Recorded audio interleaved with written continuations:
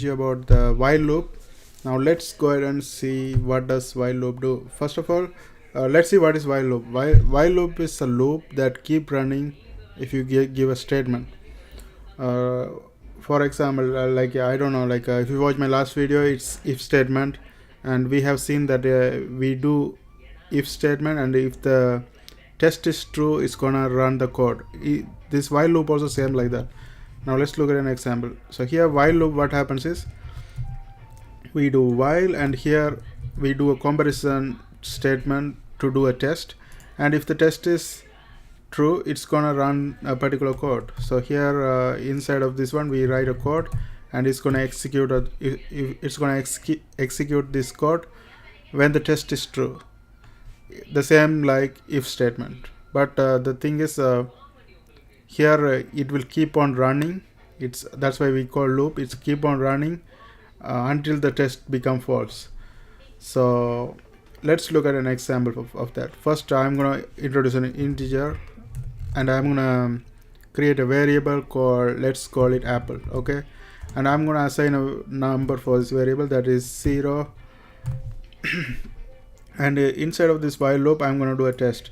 I'm gonna say if the apple is less than or equal to 5, less than or equal to 5, and if the statement is true, then I want to code to run. So I'm going to write the code cout, and here we are going to print like apple is, and then we want the, I'm also print out the number of the number, like what's the number given for the variable. So to bring the variable right here, I just type the variable's name. We assign the name apple. So when we call here, it's gonna print this number, and then I'm gonna write end line. Okay, now we have written the code and it's ready to run. Now let's go and run and see what happens. So build and run, and here you can see it keep on printing apple is 0, apple is 0, apple is 0, apple is 0. So it doesn't stop, it just keep on running. That's why, you know, like whenever it like how does the code work? This one first it reads integer apple is equal to 0, then it goes to the while loop and it do the comparison. Okay, is 0 is less than or equal to 5, the state it's true, the test is true, so it's gonna run this code, and this goes again. That's why we call it loop, like it goes again and read it again, true, and it's gonna run again, and it's gonna go again on top, run again. That's why we call it loop, because it's keep on running if the while loop is true.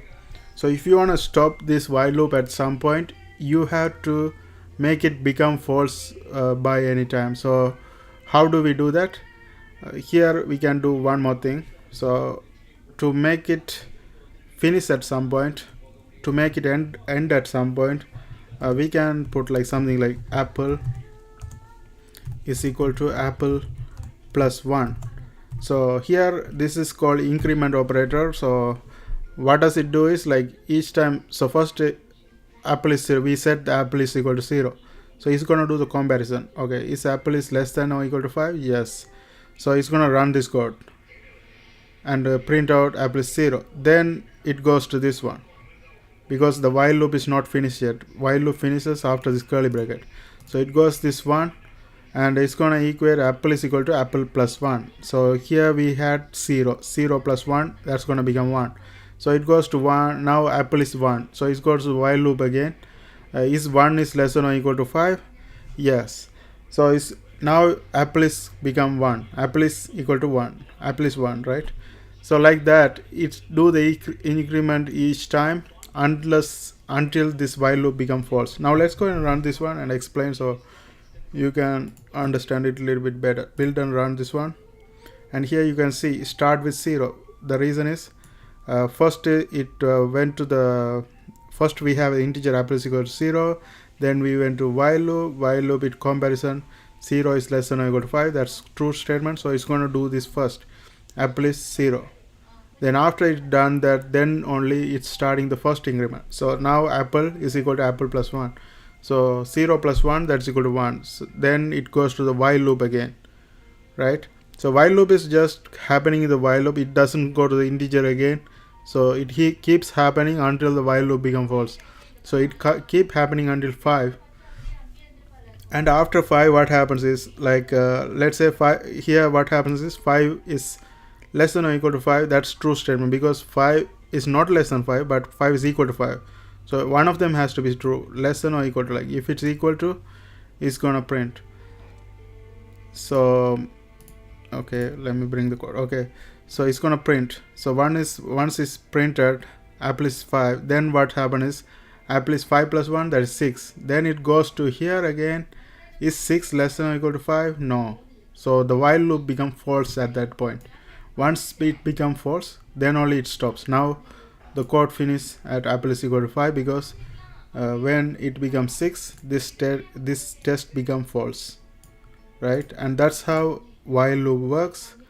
And there are many variables that can change how many times the loop run.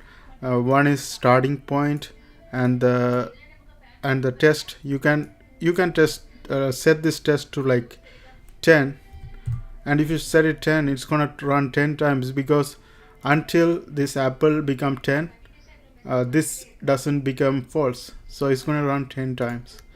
So if I close this one and rerun again, I'm gonna rerun, and here you can see apple is 10, and after that only it becomes false. So how many times run, it also depends on this test, and also this increment operator as well. For example, you can do like +3, and if you do +3, first is gonna go to 3.